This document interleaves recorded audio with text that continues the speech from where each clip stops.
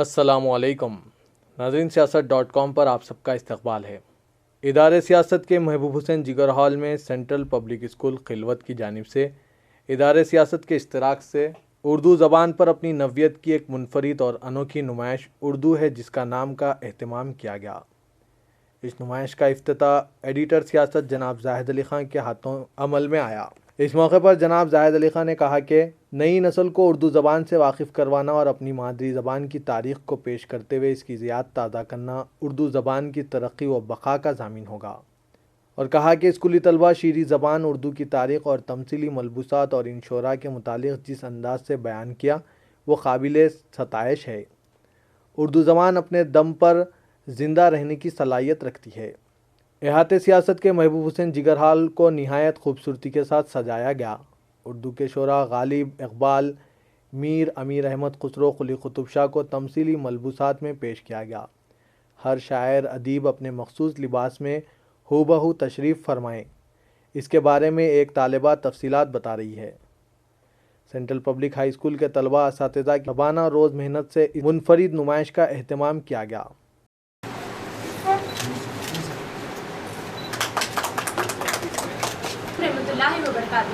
میں اردو ہوں، میری داستان حیات اتنی طویل نہیں کہ اس کو پڑھنے اور سمجھنے میں کسی کو دیر لگے، کیونکہ میں بڑی ہی آزاد مزاج اور ملنسار واقعی ہوں۔ جو مجھے اپناتا ہے اس کی ہو کر رہ جاتی ہوں، جو مجھے سمجھتا ہے اس سے محبت کرتی ہوں، جو مجھے پڑھتا ہے اسے آگاہی بخشتی ہوں، جو مجھے پناہ دیتا ہے اس سے راز حیات بتاتی ہوں۔ میرا کہیں قیام نہیں، میری کوئی سرحد نہیں، ہر قوم سے میری دوستی ہے، ہر ملت سے میرا ناطہ ہے، انسانیت میرا مذہب ہے، مٹھاس میری سرشست ہے، اتحاد میری کوشش ہے، یگانگت میرا نعرہ ہے۔ میرا دامن عربی کی طاقت، جامعت اور قادر الکلامی سے، فرانسی کی شیرینی اور تلاوت سے، ہندی کی اپنائیت اور پیار سے، ترکی کی وسیع القلبی اور انگریزی، فرانسیسی اور ہسپانوی جیسی عالمی زبانوں کی اصطلاحات اور الفاظ سے بھرا پڑا ہے۔ میری طرف سے بے توجہی برتنے والے بھی میرے توجہ کے محتاج رہتے ہیں۔ اردو ہے میرا نام، میں خسرو کی پہیلی، میں میر کی ہمراز ہوں، غالب کی سہیلی۔ اردو ہے میرا نام، میں خسرو کی پہیلی، دکن کے ولی نے مجھے گودی میں کھلایا، سودا کے قصیدوں نے میرا حسن بڑھایا، دکن کے ولی نے مجھے گودی میں کھلایا، سودا کے قصیدوں نے میرا حسن بڑھایا۔ ہے میر کی عظمت کے مجھے چلنا سکھایا، ہے میر کی عظمت کے مجھے چلنا سکھایا۔ کے میدان میں گرافت کا نام انجام ہے۔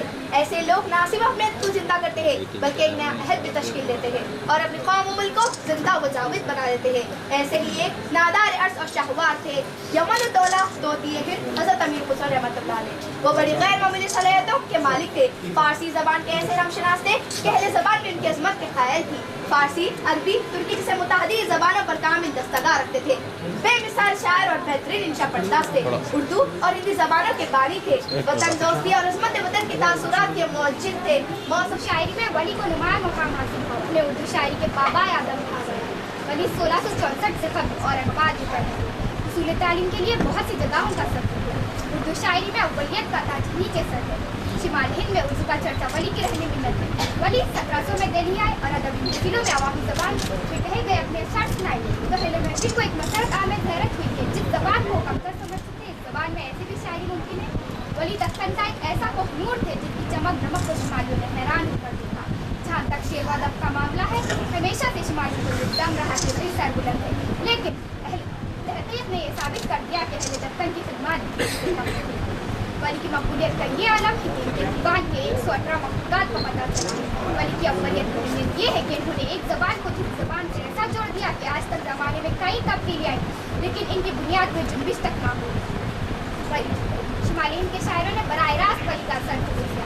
انہیں شمال کو اس بات کا احساس ہوا کہ اردو جسے وہ ایک کم مایا زبان سمجھتے تھے، اس زبان میں اتنی گہرائی اور قوت اظہار موجود ہے کہ اس میں ادب بھی تخلیق کیا جا سکتا ہے۔ اسی طرح شمالی ہند کی شاعری میں ایک نئے باب کا آغاز ہوا۔ ولی کے اشعار نہ صرف ہمارے شوق دعا سے کرتے ہیں بلکہ جذبات کے اظہار کو سہل بنا دیتے ہیں۔ ان کا ان کی شاعری میں ایسے سبق آموز نصیحت والے اشعار ہیں کہ جنہیں پڑھ کر ایسا معلوم ہوتا ہے کہ زندگی کے گہرے سمندر میں غوطہ لگا کر عقل و دانش کے سچے موتی سمجھتے ہیں۔ اگر ہے بزرگی کی آرزو دنیا کی راہ گزر میں بزرگوں کی چال چل، ولی کو نہیں مالی کی آرزو خدا دوست نہیں دیکھتے زر طرف، اسباب سے جہاں کے ہو بے غرض صدا میں، دن تیل اور بتی ہے روشن چراغ میرا۔ ولی ان کا انتقال، ان کی وفات 20 اکتوبر 1720 کو احمد آباد میں آپ کا وغیرہ ضمیر کی 5 قسمیں ہیں: ضمیر شخصی، ضمیر موصلہ، ضمیر اشارہ، ضمیر تنقید، ضمیر استفہامیہ۔ ضمیر شخصی وہ ضمیر جو اشخاص کے استعمال کی جاتی ہے، جیسے وہ، ہم، میں، تم، آپ، آپ کا، تم، تمہارا، میرا، ہمارا، تمہارا وغیرہ۔ ضمیر موصلہ وہ ضمیر جو کسی اسم کی جگہ آئے مگر اس کے ساتھ وضاحت کے لیے پورا جملہ ہو، جیسے وہ کتاب جو کل چوری ہو گئی تھی مل گئی، احمد جسے انعام ملا تھا وہ کل آیا تھا، آپ کے دوست جنہیں پولیو ہے وہ کل ملے تھے۔ میں اپنی تقریر کو غالب کے اس مشہور شعر کے ساتھ شروع کرنا چاہتی ہوں۔ نہ ستائش کی تمنا نہ صلے کی پرواہ، گر نہیں ہے میرے معائنے میں اشعار نہ سوا۔ مغل سلطنت کا آفتاب غروب ہوا چاہتا تھا کہ غروب ہوتے ہوئے بھی لال بختشاہ کے جو جلیس آفتاب نے چھوڑے، ان میں سے ایک کو دنیا اسد اللہ خان غالب کے نام سے جانتی ہے۔ یہ زمانہ اگرچہ کہ مغلیہ سلطنت کا تھا لیکن اردو شاعری کا آفتاب نصف نہار پر تھا۔ بہادر شاہ ظفر اگرچہ کہ برائے نام بادشاہ تھے لیکن علم و فن کے قدردان تھے اور ادبی دولت جو اپنے یہاں جمع کر رکھا تھا۔ پھر جہاں تک شعر و ادب کا تعلق ہے، دلی تو ایسی دلی تھی کہ چشم فلک نے پھر کبھی ایسی دلی نہیں دیکھی۔ غالب کے آبا و اجداد کا وطن نہ تو دلی تھا اور نہ آگرہ۔ کہتے ہیں کہ دادا مرزا توخان بیگ جو دورانی نسل سے تعلق رکھتے تھے، صبر خان کے رہنے والے تھے۔ 27 دسمبر 1797 کو غالب پیدا ہوئے۔ ان کے والد کا نام مرزا عبداللہ بیگ خان تھا۔ ہمارے پروگرام کے مقام کا اصل مقصد یہ ہے کہ ہم کسی طرح اپنی زبان کو بچا سکتے ہیں، اس کا تحفظ کر سکتے ہیں اور آنے والی نسلوں میں اس زبان کو منتقل کر سکتے ہیں کہ اقوام کی ترقی میں زبان ایک ہے اور ہم جیسے جنہیں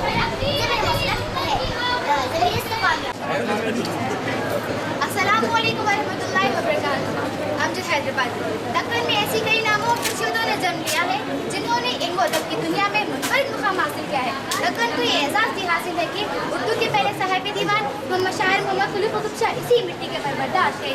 یہی وجہی اور نصرتی جیسے بلند پائے شاعر کی پیدائش ہوئی جسے دنیا امجد حیدرآبادی کے نام سے جانتی ہے۔ میں اکیلا ہی چلا تھا جانبے منزل مگر لوگ آنے سے سالوان بنتا گیا۔ یہ مشہور شعر اردو کے ممتاز ترقی پسند شاعر مجروح سلطان پوری کا ہے۔ ان کا اصلی نام اسرار حسین خان تھا۔ وہ سن 1918 میں سلطانپور میں پیدا ہوئے۔ ان کے والد پولیس کے محکمے میں ملازم تھے۔ اچھا خاندان تھا اور اچھی ملازمت تھی۔